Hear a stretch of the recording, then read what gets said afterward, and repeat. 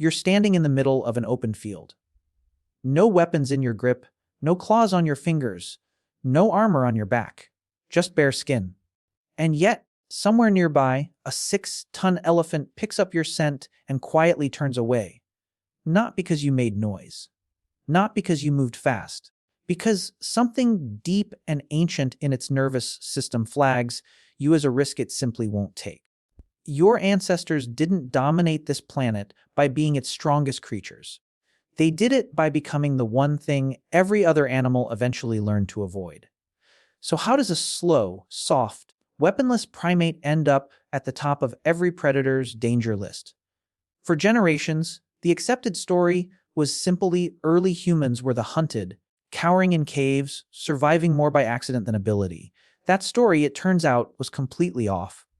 In 2004, Dennis Bramble and Daniel Lieberman published findings in Nature revealing that Homo sapiens possessed a biological capability no other predator on Earth shared: the capacity to run any living creature into the ground across open terrain. Not through superior speed, but through relentless continuation. That single trait reshuffled the entire hierarchy of life on this planet. Speed, it turns out, was never the real advantage. Endurance was. And here's the part that rarely gets mentioned: running was only the opening move. Watch a lion chase a wildebeest. Explosive, ferocious, finished in under a minute, or the lion walks away empty.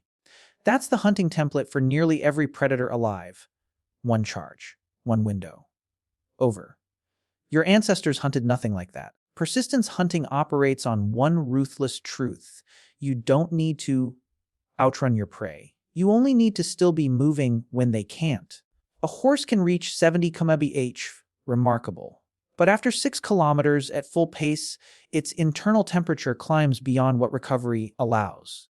A kudu can tear across 80 kilometers of open ground, but under 15 minutes of sustained midday pursuit, it collapses from heat. Your ancestors didn't collapse. Bramble and Lieberman's research laid out precisely why. Homo sapiens is the only mammal on Earth capable of cooling itself while in motion. 2 million sweat glands. An upright frame that minimizes direct sun exposure. Feet engineered for sustained impact. No coat of fur locking heat inside.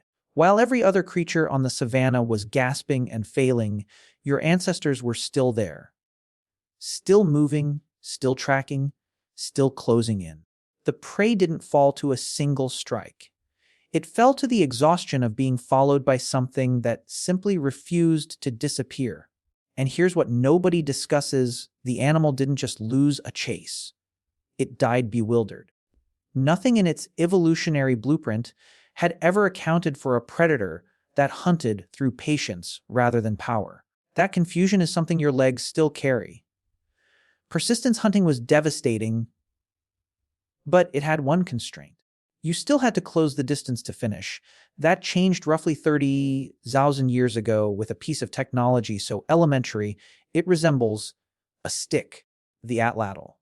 A handheld throwing lever rewrote the rules entirely. Research by John Whittaker showed atlatl darts could strike targets beyond 40 meters, farther than any unaided throw, with enough force to bring down massive prey. Consider what that meant for every large animal on Earth. Before the atlatl, a mammoth had one survival task: avoid things with teeth.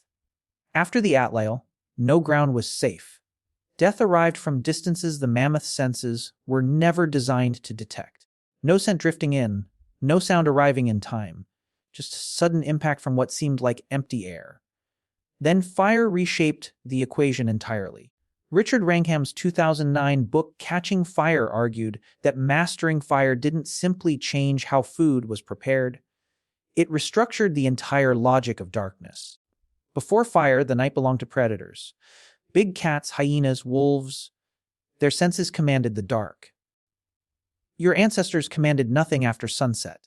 Fire inverted that completely. A burning camp became a boundary. Predators that relied on shadow for ambush suddenly had no shadow to use. The hunters became the ones visible at the perimeter, seen but blind. And for the first time in this planet's history, a creature that once cowered from the dark had claimed the night as its own. But what followed made fire and the atlatl look like modest upgrades. Wolfpack's coordinate, orcapod's coordinate, chimpanzee's coordinate. But every one of these species organizes around what's immediately in front of them, what they can see, hear, and smell right now. Your ancestors did something no other species has ever managed. They planned hunts that hadn't occurred, yet in places none of them had visited, assigning roles to individuals who wouldn't assemble until the day itself. Yuval Noah Harari's Sapiens describes this as the cognitive revolution, the ability to act upon things that exist only in shared imagination. A wolf pack tops out at around 10 to 15 members. That's the coordination ceiling for nearly every social predator. Your ancestors could align 50, 80, 100 individuals around a single objective. They could drive entire herds over cliffs. They could seal off migration corridors that prey had used safely for generations, because they'd mapped it out the evening before around a fire using words. No mammoth, no cave bear, no predator in the history of this planet had ever faced an opponent that held strategic meetings. And here's what nobody mentions: language didn't just make hunting more efficient. It made the threat perpetual.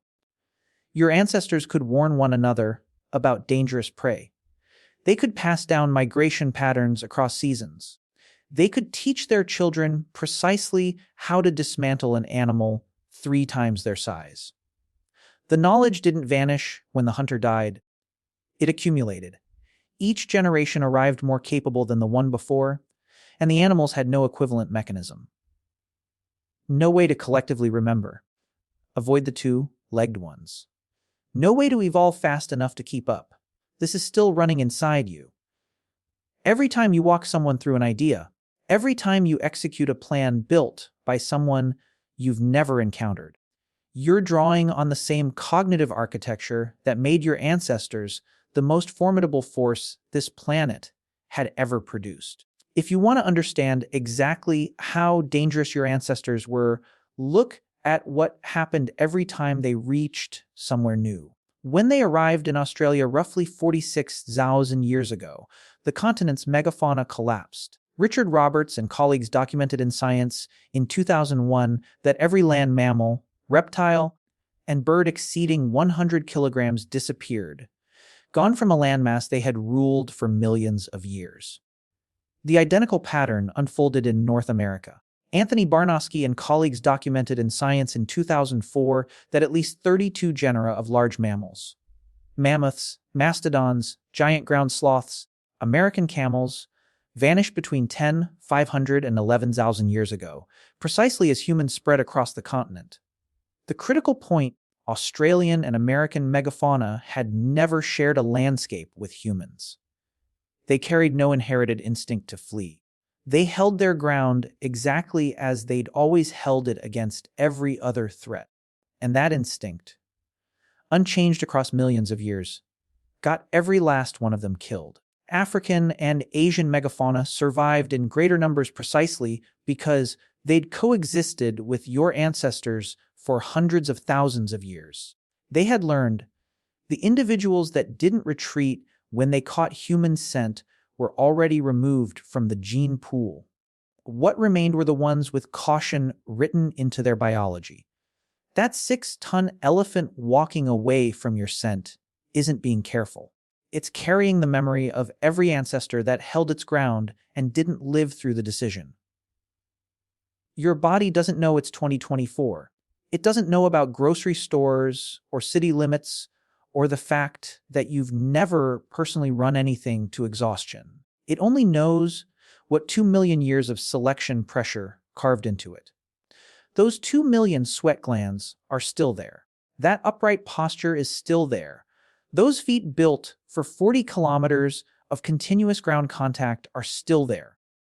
Drop your ancestors into a modern city, and they'd be disoriented within an hour.